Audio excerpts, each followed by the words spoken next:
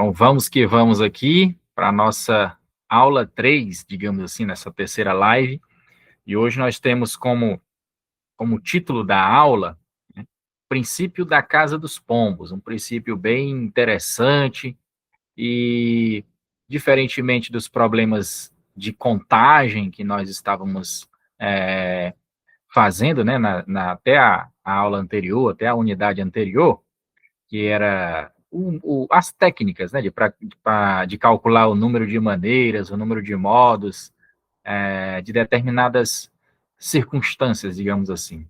Esse princípio aqui, ele não trabalha com o número de contagens, né, mas ele consegue, de certa forma, prever ou imaginar alguns acontecimentos, tá bom? Por isso, da sua importância aqui dentro da disciplina de análise combinatória e probabilidade. Então, nós temos aqui, inicialmente, essa definição, né?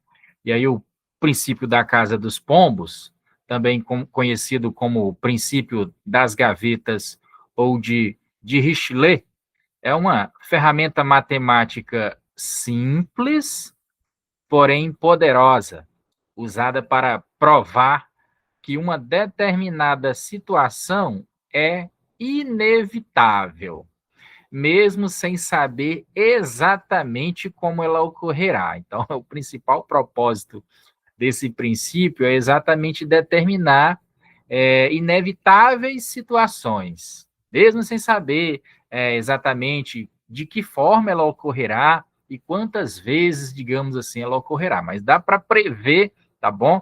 Algumas situações dentro de alguns contextos utilizando esse princípio, bom?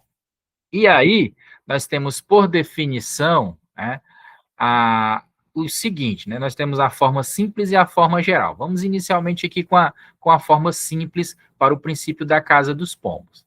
Esse princípio nos diz o seguinte inicialmente, ó, se N pombos forem colocados em M casas, com esse N maior do que M, ou seja, o número de pombos maior do que o número de casas, então o que a gente pode garantir? A gente pode garantir que, então, pelo menos uma casa conterá mais de um pombo. Bom, vamos supor hipoteticamente que nós tenhamos 5 pombos e 3 casas, por exemplo. 3 casinhas de pombo. Vamos supor aqui hipoteticamente. A casa 1, a casa 2 e a casa 3, né? Como nós temos 5 pombos, pode acontecer o quê? Pode acontecer eu colocar um pombo aqui, outro pombo aqui e outro pombo aqui, né? E aí o que que sobraram, né? Sobraram 2 outros pombos. Então esses outros pombos, eles terão que se encaixar, digamos assim, em uma dessas casas. Então por isso que o princípio diz, né? Se N pombos forem colocados em M casas, com esse N maior do que M, então pelo menos uma casa conterá mais de um pombo. Bom, aí você pode estar perguntando, ou então pensando o seguinte: então os 5 pombos não podem estar, por exemplo, na casa 1? Podem. Mas dessa forma, vai diretamente ao encontro do que o princípio diz, porque o princípio garante que pelo menos uma casa conterá mais de um pombo. E aí você colocou os 5 pombos em uma casa, tá bom? Então, esse princípio, ele trabalha exatamente com essas situações, né? É tão tal que quando vocês estudaram lá o material que eu disponibilizei, acredito que vocês tenham dado uma analisada, lá tem um probleminha, né? Que ele pede exatamente o seguinte, né? Nesse problema, ele pede para que você calcule, né, o menor número de pessoas num grupo, ou seja, a pergunta é o seguinte, né? Qual é o menor número de pessoas num grupo para garantir que pelo menos 4 delas aniversariem no mesmo mês? E aí, se vocês tiverem dado uma analisada já no início, né, daquele material que eu disponibilizei em vídeo, né, tem exatamente esse princípio, né, tem exatamente essa resolução, né. E aí, para garantir isso, você utiliza exatamente o princípio da casa dos pombos. Mas vamos aqui passo a passo que a gente vai entender perfeitamente esse princípio. Já aqui na definição de uma forma mais geral, né, do princípio da casa dos pombos, nós temos agora o seguinte, ó, se N objetos são distribuídos em K recipientes, então agora eu troco pombos por objetos e troco casas por recipientes, obviamente, com esse número de objetos maior do que o número de recipientes, então dá para garantir o quê? Dá para garantir que pelo menos um recipiente conterá pelo menos N sobre K objetos, onde essa representação aqui significa, né, onde até coloquei aqui, ó, né, é o menor inteiro maior ou igual a x. Ou seja, o menor inteiro maior ou igual a esse resultado é como se a gente dividisse o número de objetos por K recipientes, e aí a gente encontra um número, e aí dentro desse número, o menor inteiro maior ou igual a esse resultado é exatamente, né, o total de possibilidades para que isso aí aconteça, tá bom? Então, a gente, para elucidar, digamos assim, para a gente clarear, melhor dizendo, isso que a gente colocou, a gente tem o seguinte exemplo, né? Exemplo 1.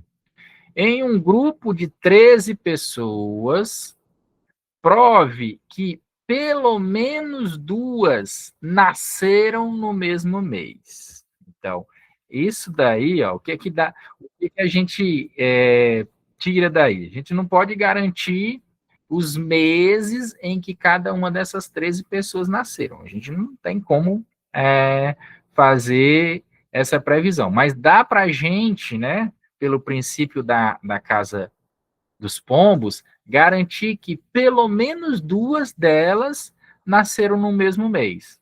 De que forma? Ora, hipoteticamente, e pode acontecer, ou uma das possibilidades por exemplo, eu colocar aqui os 12 meses, 1, 2, 3, 4, 5, 6, 7, 8, 9, 10, 11, 12. E lá, janeiro, fevereiro, março, abril, maio, junho, julho, agosto, setembro, outubro, novembro e dezembro. O que eu posso garantir?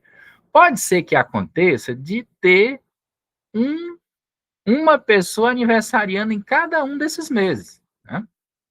Posso ter essa possibilidade. E aí eu tenho quantas pessoas aqui? 12, né? E aí sobra uma pessoa. Essa uma pessoa vai ter que nascer em um dos meses. Então, o que a gente tem aqui? Em um grupo de 13 pessoas, prove que pelo menos duas nasceram no mesmo mês. Então, essa uma pessoa vai ter que estar em um desses meses. E aí, a gente garante exatamente isso. Então, o que o princípio da casa dos pombos, princípio das gavetas, também conhecido como princípio de Dirichlet, diz? Diz o seguinte, que se você pegar o número de objetos e dividir pelo número de recipientes, no caso aqui, 13 pessoas dividido pelos 12 meses, a gente vai ter a possibilidade de ter, né, no pior dos cenários, ou em um dos cenários, da gente dar uma organizada, digamos assim, uma em cada mês, 13 dividido por 12 dá 1, só que ainda sobra 1. Essa uma aqui, né, vai ter que nascer em um desses meses, então a gente garante que pelo menos duas, né? Então, logo, pelo princípio da casa dos pombos, pelo princípio da casa dos pombos, pelo princípio da casa dos pombos, nós garantimos aí que pelo menos duas nasceram no mesmo mês, né? Então, logo, pelo princípio da casa dos pombos, pelo menos duas nasceram no mesmo mês. Então, esse princípio é exatamente para isso, né? Como a gente definiu aqui no início da nossa aula, eu vou novamente trazer para aquela imagem, a gente definiu exatamente isso daqui, né? Ó, que é o princípio da casa dos pombos, também conhecido como princípio das gavetas ou princípio de Dirichlet. É uma ferramenta matemática simples, porém poderosa, usada para provar que uma determinada situação é inevitável, mesmo sem saber exatamente como ela ocorrerá. Então, o que que a gente fez, afinal de contas, aqui? Né? A gente não pode garantir assim, os meses em que essas pessoas nasceram, mas tem uma coisa que é inevitável: pelo menos duas nasceram no mesmo mês. Ah, professor, e se, por exemplo, as 13 tivessem nascido em maio, por exemplo? Existe essa possibilidade? Existe. Mas aí é exatamente o que o princípio está dizendo. O princípio está dizendo que pelo menos duas nasceram no mesmo mês. Você incluiu todas as 13, tá bom? Então, por isso que esse princípio, ele traz essas definições aqui. A definição é mais simples: se N pombos forem colocados em M casas e N maior do que M, então pelo menos uma casa conterá mais de um pombo. A forma mais geral do princípio da casa dos pombos: se N objetos são distribuídos em K recipientes, então pelo menos um recipiente conterá pelo menos, né, N sobre K objetos, mas aí é o menor inteiro maior do que ou igual a esse resultado, tá bom? Então, continuando aqui os nossos exemplos, no exemplo 2, nós temos o seguinte: quantas cartas você deve tirar de um baralho de 52 cartas, ou seja, um baralho comum, sem coringas, então são aquelas 52 cartas mesmo, distribuídas ali nos 4 naipes, né, que é ouro, paus, copas e espadas, né, para garantir que pelo menos duas sejam do mesmo naipe, né? Então, o que que a gente tem agora aí? A gente tem o seguinte: agora a pergunta, né, ela é mais direcionada para a gente saber assim, com que garantia eu tenho, né? Ou seja, quantas cartas eu tenho que tirar de um baralho comum, para eu garantir que pelo menos duas delas sejam do mesmo naipe? Ora, o que que a gente tem? Nós sabemos o seguinte, né? Nós sabemos que num baralho, né, nós temos 4 naipes. Se nós temos 4 naipes, para eu garantir que pelo menos duas sejam do mesmo naipe, eu tenho que pensar no seguinte: eu tenho 4 casas, por isso não, o princípio da casa dos pombos, né? Pode ser que eu tire aqui espadas, ou possa ser ouro, ou possa ser copas, ou então paus, né? Então, eu tenho essas possibilidades: espada, ouro, copas ou paus. Então, eu tenho esses 4 naipes. Então, pode ser que saia uma carta de espadas, uma carta de ouro, uma carta de copas e uma carta de paus. Então, para que eu garanta que pelo menos duas delas sejam do mesmo naipe, então o total de cartas tem que ser 4 vezes 1 mais uma. Por que mais uma? Porque essa uma ela vai ter que ser de um dos naipes. E aí, sendo de um dos naipes, eu vou garantir que eu terei pelo menos duas do mesmo naipe. E aí, esse total de cartas vai ser 4 vezes 1, 4, mais 1, 5. Então, são necessárias pelo menos 5 cartas, tá bom? E aí, isso corrobora mais uma vez com o que a gente definiu aqui, né?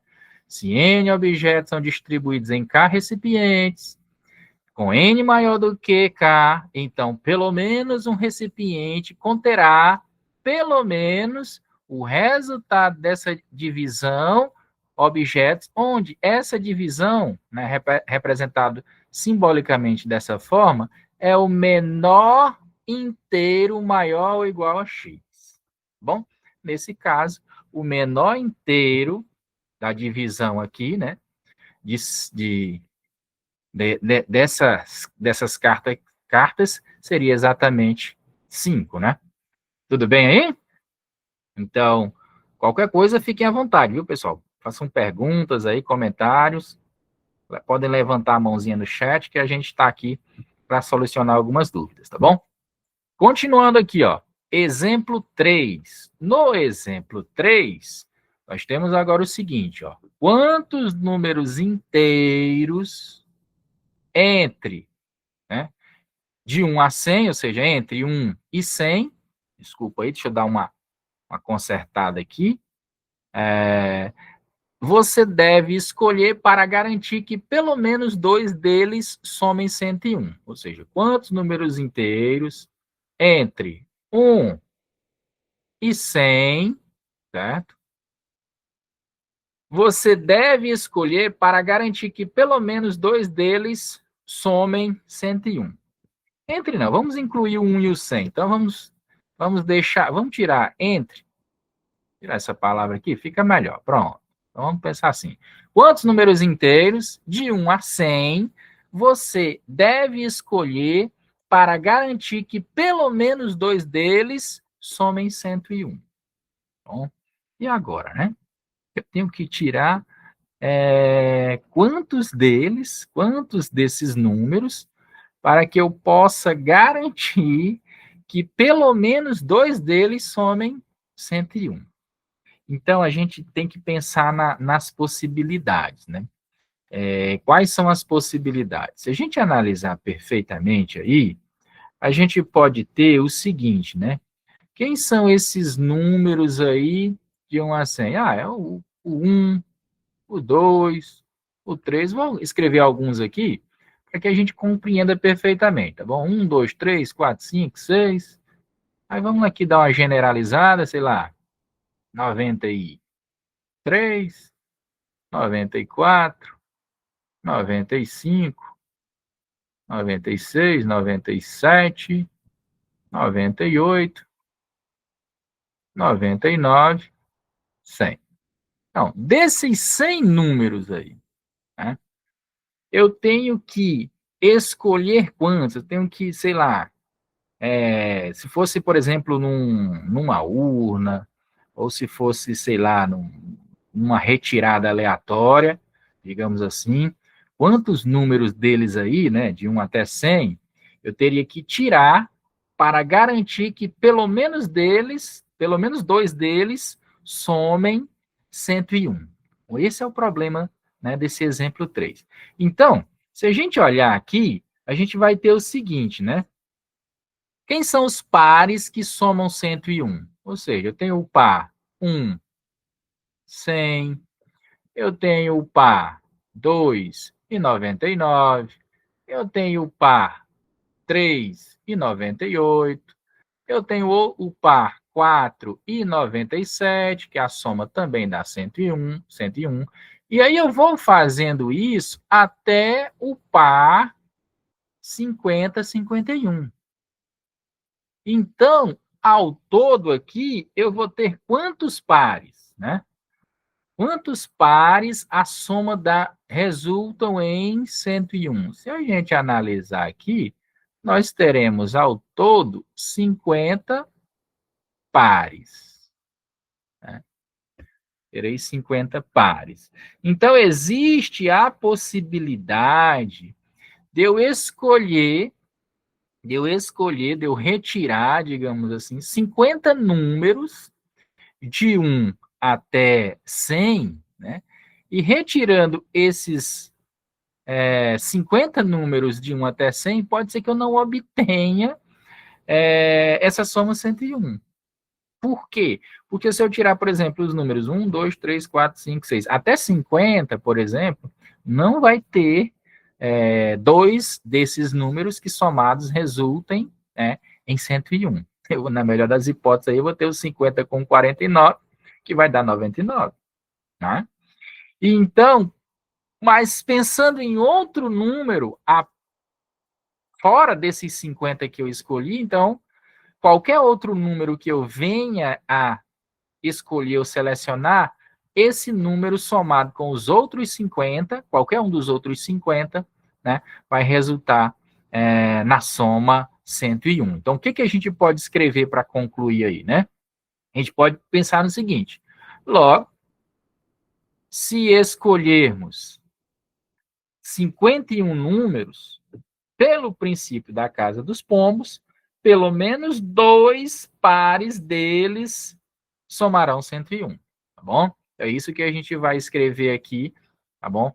Que é o que o exemplo pede, né? Ou seja, quantos números inteiros de 1 a 100 você deve escolher para garantir, ou seja, para que você tenha certeza de que pelo menos 2 deles somem 101. Então, logo, se escolhermos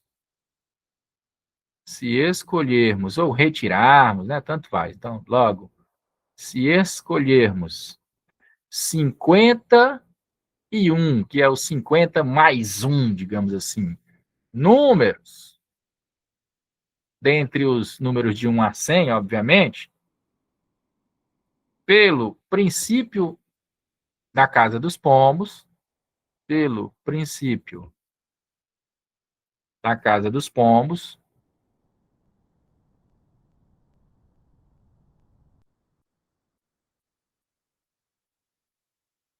pelo menos 2 deles, pelo menos 2 deles,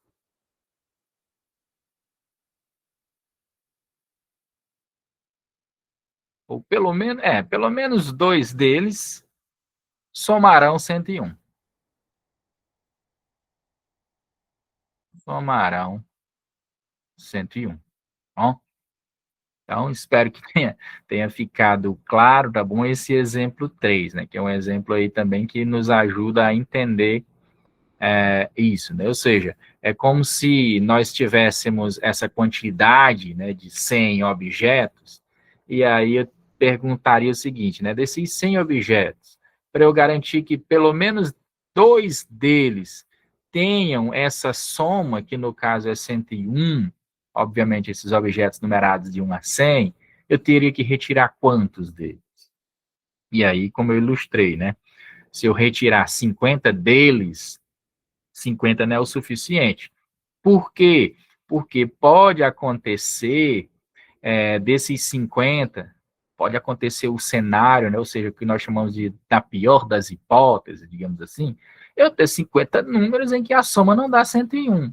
Por exemplo, se eu pegar dos 51 ao 100, 51, 52, 53, 54 até o 100, se eu pegar quaisquer deles aí, quaisquer desses 50 números, de 51 a 100, a soma não vai dar 101, porque 51 com 52 já dá 103. Então, não vou ter como essa soma resultar em 101. Mas, dos outros 50 que sobraram, se eu retirar, escolher mais um deles, com certeza, e aquilo que a gente colocou no início da aula, é inevitável, né, que é o que o princípio nos dá, é inevitável que essa soma resulte em 101, a soma de 2 desses números, tá bom? Então, o princípio da Casa dos Pombos, o princípio de Dirichlet, ele trabalha exatamente com isso, né? Para você projetar algumas situações, tá bom? Dentro aqui desse princípio, tá bom? Então, continuando aqui, mais um exemplo aqui, nós temos agora um exemplo 4. Nesse exemplo 4, nós temos o seguinte, né? Em um torneio de xadrez com 8 jogadores, cada um joga contra os outros, ou seja, cada um vai jogar, ele joga contra os outros.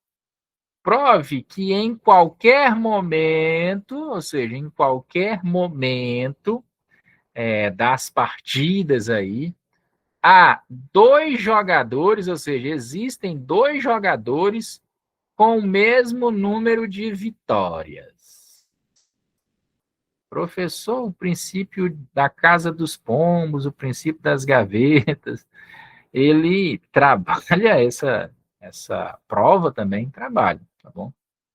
Dá para você mostrar que se você tem aí, nesse caso aí, um torneio, né, onde com 8, digamos assim, com 8 concorrentes, né? No caso aí, 8 enxadristas, né?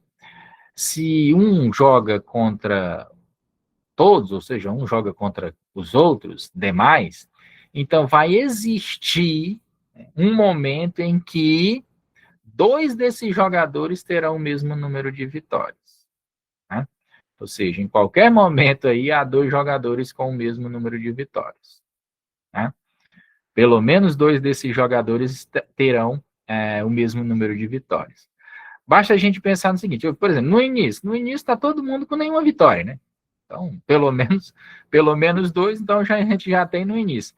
A partir do momento que é realizada a primeira partida, né, aí um vai ter uma vitória, o outro ainda continua com nenhuma vitória. Então, se tem uma outra partida com outros 2, que não sejam os 2 primeiros, você já vai ter também 2 jogadores com uma vitória, né?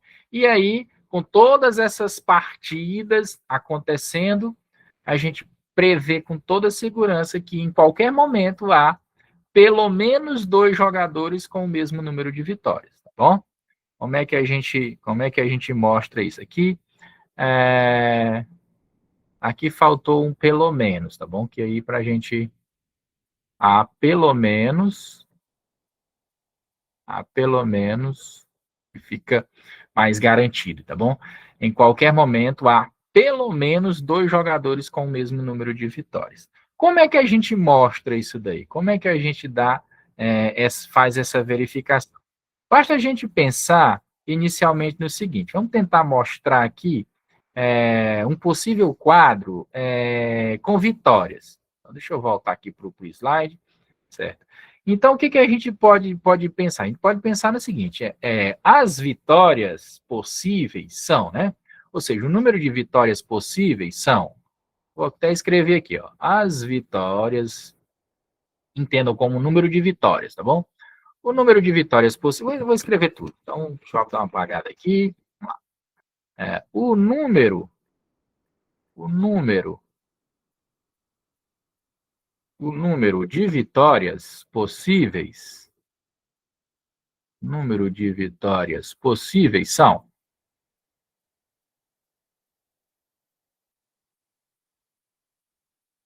Aí nós teremos, obviamente, 0 vitórias, pode ser que os jogadores, né, tenham 0 vitórias, pode ser que tenha um dos 8 que perca todas as partidas. Pode ser que tenha uma vitória, 2 vitórias, 3, 4, 5, 6 ou 7, né? Porque pode ser que tenha um jogador que ganha as 7 partidas. Mas aí tem um porém, né? Aqui nós temos quantos valores? 8 valores, né? De 0 até 7. Mas tem 2 desses valores que não é possível de acontecer. Quais são eles?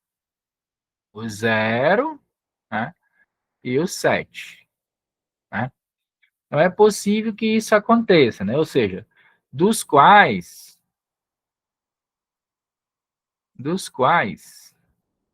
não é possível, deixa eu escrever aqui, não é possível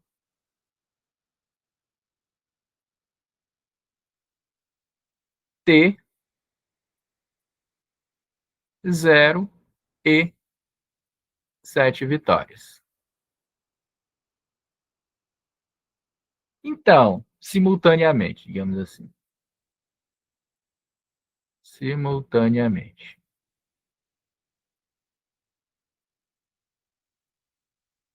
Tá?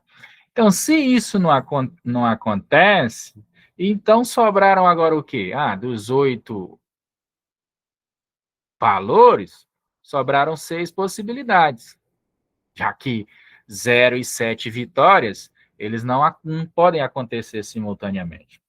Então, pelo princípio da casa dos pombos, ao fazer 8 dividido por 6, nós vamos encontrar 1 e vai sobrar 2.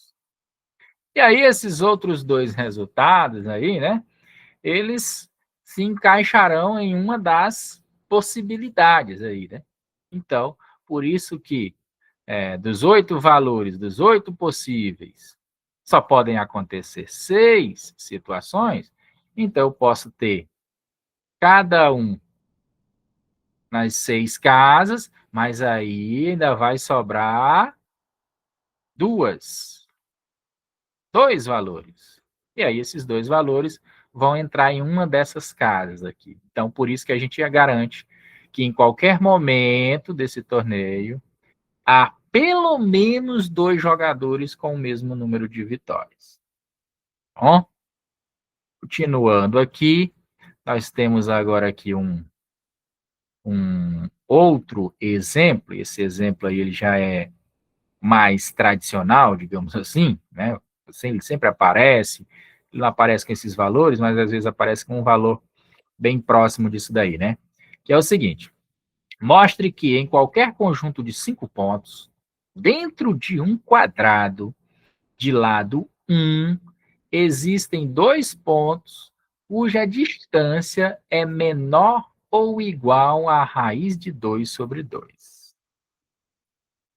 Embora seja um problema, digamos assim, de geometria, mas esse problema se encaixa perfeitamente na alusão do que a gente está falando aqui sobre o princípio da casa dos pontos, né? E aí, como pensar nisso, né? Deixa eu voltar ali para o slide. A gente vai ter o seguinte, ó. Nós poderemos pensar no seguinte: a gente pode imaginar, sei lá, um quadrado, deixa eu tentar escrever aqui um quadrado, né? Um quadrado aqui de lado 1, e aí a gente vai pegar esse quadrado e dividir em 4 quadrados menores de lado 1 sobre 2, certo? Ou seja, eu vou tentar agora fazer o seguinte: vou tentar aqui pegar esse quadrado e dividir esse quadrado em 4 outros quadrados, né? Agora com lado 1 sobre 2. Então, se aqui é 1 sobre 2, aqui é 1 sobre 2, então esse lado aqui vai ser 1, né? Digamos assim. E se aqui for 1 sobre 2, e aqui também 1 sobre 2, então tem um quadrado de lado 1, certo? Só que agora eu formei 4 quadrados de lado 1 sobre 2, certo? E aí, o que, que a gente poderia imaginar? Aqui, a questão está dizendo o seguinte: mostre que em qualquer conjunto de 5 pontos, dentro de um quadrado, de lado 1, existem 2 pontos cuja distância é menor ou igual à raiz de 2 sobre 2. Aí você poderia pensar no seguinte: não, vamos tentar colocar esses pontos aqui quase nos extremos, né? Vou colocar um ponto aqui, um outro ponto aqui, um outro ponto aqui. E aí um outro ponto aqui. Por exemplo, temos 4 aqui nos extremos, né? Ou seja, raiz, raiz de 2 sobre 2, raiz de 2 é 1,4 dividido por 2 dá o quê? Né? 0,7. Então, essa distância aqui entre esses pontos, digamos assim, ela é maior, digamos assim, né? Pelo menos visualmente, do que 0,7. Mas eu só coloquei 4 pontos. Então, onde é que eu coloco esse quinto ponto para que eu não tenha, digamos assim, essa distância menor ou igual à raiz de 2 sobre 2, né? De tal forma, um dos pontos que você poderia pensar seria esse ponto aqui do meio, aqui, né? Mas aí nós pensemos no seguinte, né?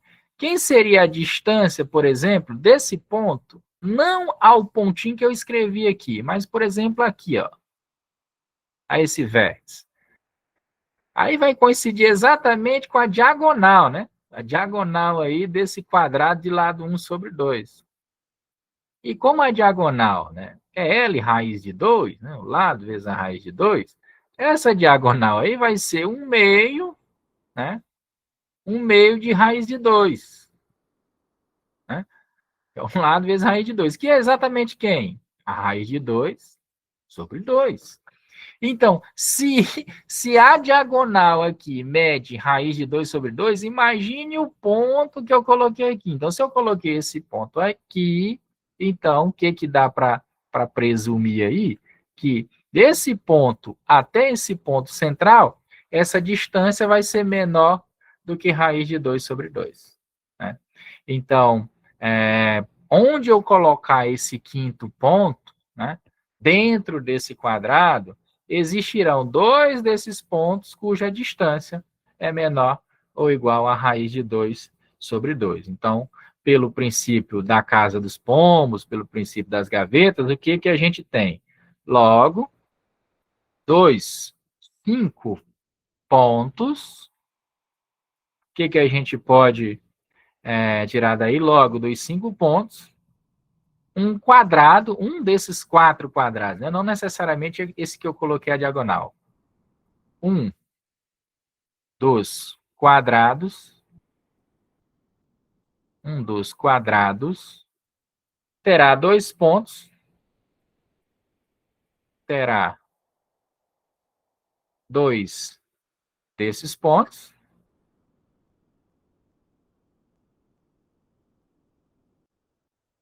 cuja distância entre eles,